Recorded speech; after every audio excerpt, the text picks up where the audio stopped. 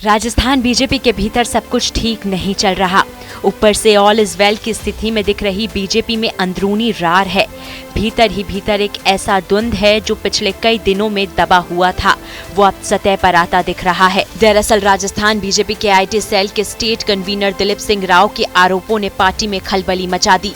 राव ने आरोप लगाया कि लोकसभा चुनाव के दौरान राजस्थान के एक बड़े नेता के घर से प्रधानमंत्री नरेंद्र मोदी के खिलाफ नेगेटिव कैंपेन चलाया गया।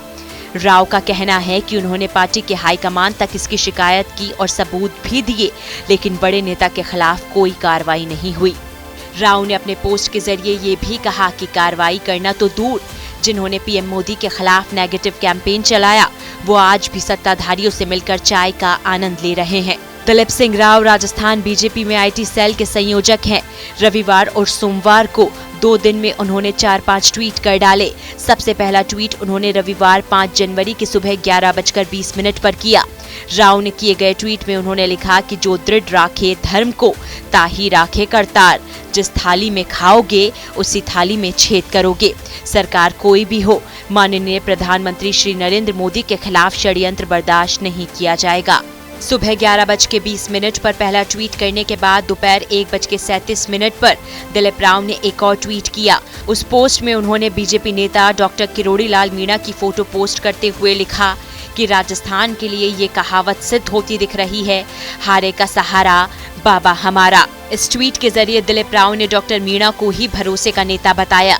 रविवार 5 जनवरी की रात को 9:20 पर एक और ट्वीट करते हुए लिखा कि जिन्होंने भी ये कृत्य किया है मैं उसे छोड़ने वाला नहीं हूँ, उसे दंड दिलवा कर रहूंगा।